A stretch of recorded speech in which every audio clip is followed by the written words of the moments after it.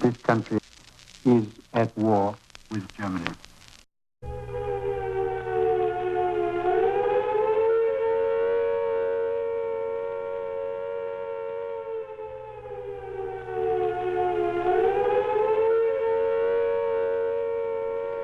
Yesterday, December 7th, 1941, a date which will live in infamy.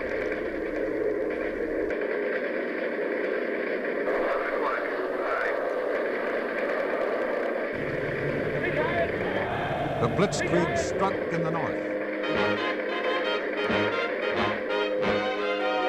This is the Army, Mr. Jones. This is the Army. No private rooms or telephones. This is the Army. Welcome. I'm Mark Kuzio, your host. Frank Pogorzelski, the subject of this documentary, was a bright young man who, at the time of the Selective Service Act of 1940, was working in Detroit and attending classes at Wayne State College. December 7th, 1941, would drastically interrupt his carefully planned future. Growing up in the Polish community of Glassport, Pennsylvania, outside of Pittsburgh, Frank absorbed the work ethic, the love of country, and the striving for a better life that characterized many immigrant communities. Along with millions of young men, he enlisted to do the right thing, to defend his country and other countries from aggression. He enlisted in the Army Air Corps, becoming a navigator on a B-17 bomber. His plane went down once over the English Channel. He survived. And it went down again after participating in Black Thursday, the largest aerial bombardment over Germany up to that point. After being captured near the French border, Frank eventually ended up in Stalag Luft III, a POW camp for aviators located in present-day Poland. Stalag Luft III was made famous by the movie The Great Escape, starring Steve McQueen. Mr. Pogorzelski was there when the British prisoners made the actual escape that the movie was based on.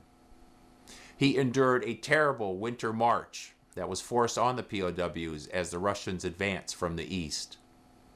And he suffered through starvation, bitter cold, boredom, and disease. The movie you are about to see documents a journal that Frank wrote some years after his wartime experience. It is a fascinating statement of one common man's experience of the war. There is no high drama, no hyperbole, only the everyday experiences and descriptions of events by a young man who felt he was only doing his duty for himself, his family, and his country. You might ask, why make a movie of an experience so typical of so many men? Well, I say that is exactly why it should be done. You are going to meet two of Frank's children and hear them speak of their dad. You will also meet one of his nephews who remembers him during his youth. There will be many photographs. There is vintage Army Air Corps film taken during the war. And you will also hear Frank's own voice on audio cassette as he describes his wartime experience. Let's begin.